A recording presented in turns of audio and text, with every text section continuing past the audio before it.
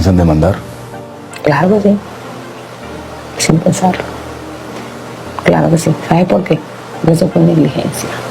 Si es un accidente, no importa. Pero eso fue negligencia. Y no demandar por dinero, no, eso es, yo tengo fuerza para trabajar, yo no necesito dinero de nadie. No se lo va a revivir a mi papá.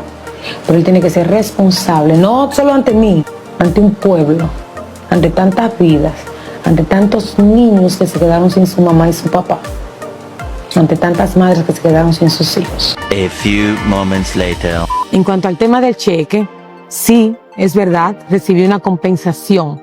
Eso es una compensación como miembro de la orquesta, no como hija de Ruby Pérez. Confío en que todo se podrá resolver de la manera más tranquila por las vías adecuadas, con la intervención de nuestros abogados y, si es necesario, de los medios y los canales legales correspondientes. Ya la hija de Ruby Pérez cogió $1 millón por la trágica muerte de su papá, que quedó aplastado por la irresponsabilidad de Antonio Espaillat y su hermana. $1 millón. Al parecer, rezarse el daño que le ocasionó el jet set a su papá y a sus músicos. Mientras al pueblo dominicano no existe dinero que compense el dolor que sentimos por la muerte de esta gloria del arte.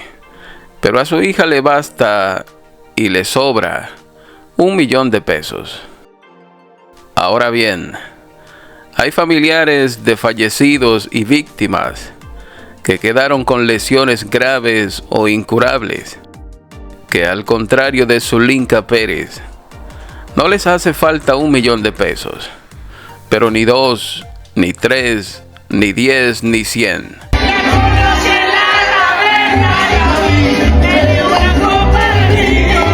Hay familiares de esos y víctimas que lo único que quieren es justicia. No les interesa dinero. Muchos de ellos lo más que tienen son millones. Y otros que no tienen tanto están conscientes de que con dinero no revivirán a sus familiares. Pero si los hermanos Espaillat pagan con cárcel, al menos tendrán la sensación de que se les hizo justicia.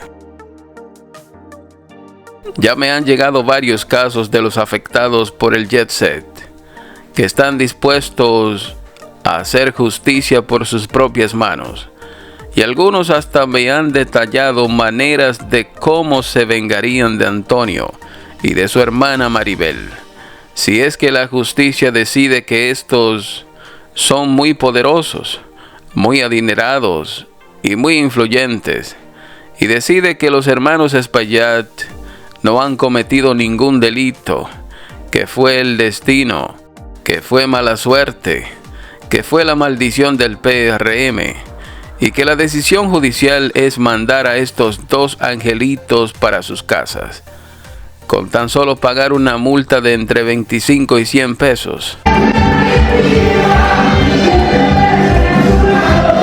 Bajo ese techo maldito del jet set, esa noche del martes 8 de abril, había gente del bajo mundo, gente con mucho dinero, gente muy vengativa y muy peligrosa, que no van de aquí a ahí para darle pa' abajo al más bonito o para desaparecer a quien sea, sin que nunca más se sepa de ellos, con tal de hacer justicia por ellos o por sus familiares caídos.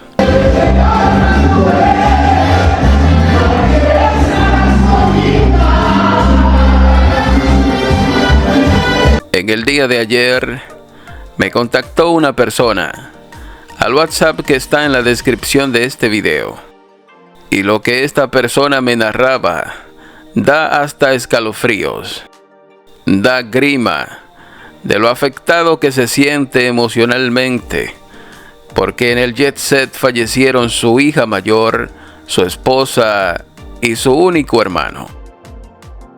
Esta persona devastada me cuenta que no le interesa dinero, ni 100 millones que le ofrezcan, que dinero él tiene de más, y lo único que quiere es que se haga justicia, no que Espaillat sea condenado a 3 meses de cárcel y al pago de 25 pesos de multa, sino que al menos le canten 20 años a él y a su hermana, que son los únicos responsables de esa desgracia y que deben ser sometidos bajo tipificación de homicidio voluntario, ya que ellos estaban conscientes de lo que pasaba con ese techo, así como también eran constantemente advertidos por los empleados que cada lunes, antes de las fiestas, tenían que dedicar horas a recoger pedazos de concreto, piedras y arena, que caían solos de un techo a punto de colapsar. Y siempre se nos caían los plafones. ¿Y por qué se caía el plafón? Diferentes razones. Una de las más normales era el tema de agua. Filtración de agua. No solo filtración, mayormente agua de los aires.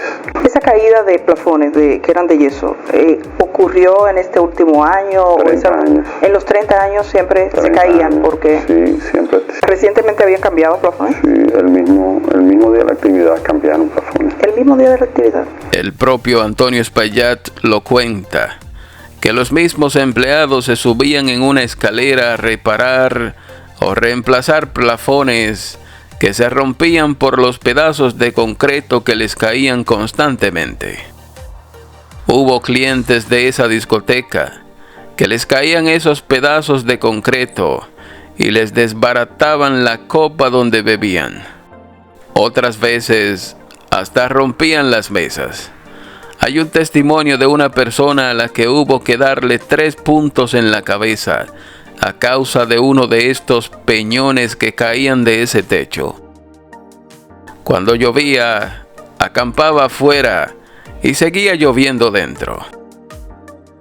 Todo esto lo llegó a sufrir el propio Antonio Espaillat en carne propia, porque él asistía todos los lunes a disfrutar de sus fiestas y de sus artistas. Pero 2 meses antes de derrumbarse el techo, de manera sospechosa, él dejó de asistir. Antonio Espaillat pudo haber suspendido sus visitas a su discoteca por 2 posibles razones: o porque estaba muy ocupado en otros negocios más importantes fuera del país, o porque ya sabía o sospechaba que ese techo estaba a punto de colapsar. Justamente en esos 2 meses que Antonio Espaillat dejó de asistir, fue que incrementaron las filtraciones, incrementaron los desprendimientos de arena, de piedras y de pedazos de concreto. Y justamente en esos meses le echaron el último fino a ese plato, para completar un total de 7 finos que le vaciaron a eso, luchando con filtraciones que ni con oraciones paraban. De fino en fino, llevaron esa losa de viguetas pretensadas de 20 centímetros a 37 centímetros.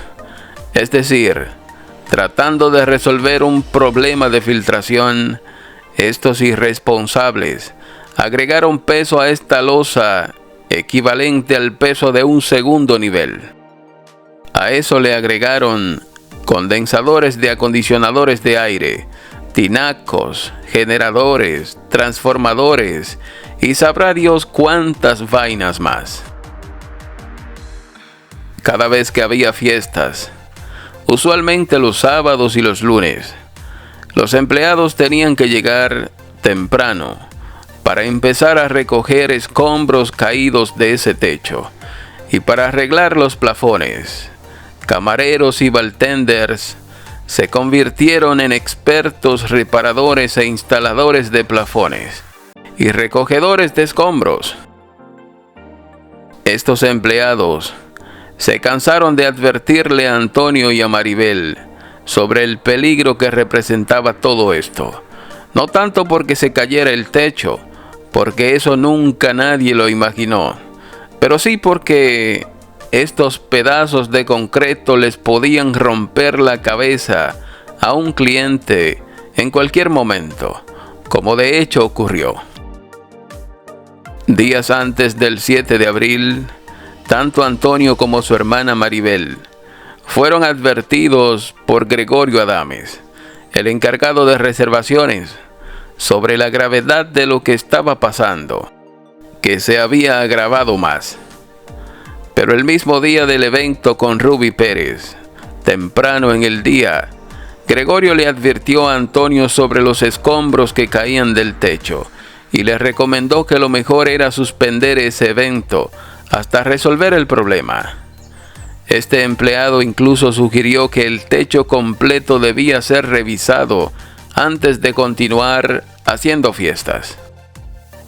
Un poco más tarde, esta vez en persona, Gregorio habló con Maribel allá mismo en el Jet Set, horas antes de la fiesta con Ruby Pérez.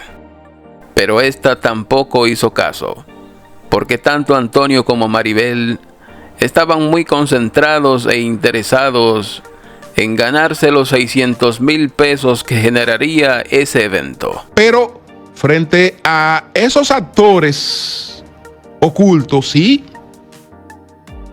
en algún momento nos iremos viendo. En algún momento nos iremos viendo. Como ya RCC Media empezó a amenazar a todo el que ha conspirado contra los hermanos Espaillat, en este caso, es muy probable que ahorita encontremos a Gregorio y otros empleados que han testificado en una cuneta con la boca llena de moscas. Y ya que estos hermanos quedaron libres, tendrán tiempo para eso, así como también tendrán tiempo para empezar a demandar ellos ahora a comunicadores y a dueños de medios por difamación, por injuria y por propiciar campañas en su contra.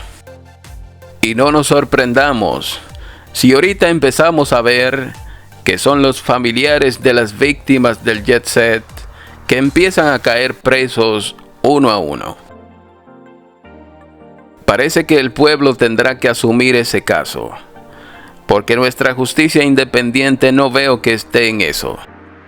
La justicia dominicana está muy ocupada en los casos de La Tora y de Ángel Martínez, y no tiene mucho tiempo para este caso del Jet Set.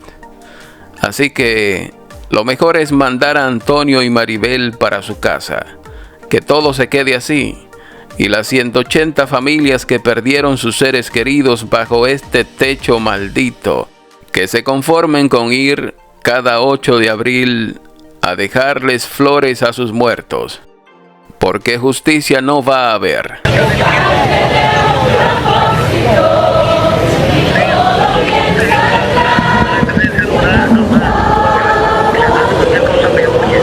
Al menos ya la hija de Ruby Pérez cobró 1 millón de pesos, y para ella todo terminó ahí, y nada ha pasado. Pero hay gente que está dispuesta a lo que sea, incluso a morir ellos también, si es necesario. Porque el que perdió a sus hijos, a su mamá, a su papá, a su familia, le pierde sentido a la vida, y se le importa desgraciarse con quien sea, cuando ven que todo un gobierno y toda una justicia quiere tapar esta vaina para proteger a 2 angelitos que ciertamente no querían que esto pase, pero que su negligencia y su irresponsabilidad fue demasiado grande, al punto de hacerlos culpables de este homicidio masivo en contra de 236 personas e intento de homicidio contra los que quedaron vivos. Como los hermanos Espaillat son ciudadanos americanos, yo les aconsejo que aprovechen que quedaron libres y se vayan de este país a esconderse a Estados Unidos. Porque si se quedan aquí, donde quiera que se metan, lo van a picar. Y yo sé lo que les digo, porque sé las intenciones de gente que me ha contactado y que no está dispuesta a dejar eso así, ni dejárselo todo a Dios, sin contar las decenas que deben tener los mismos pensamientos y no se lo han dicho a nadie. esta historia continuará. Estoy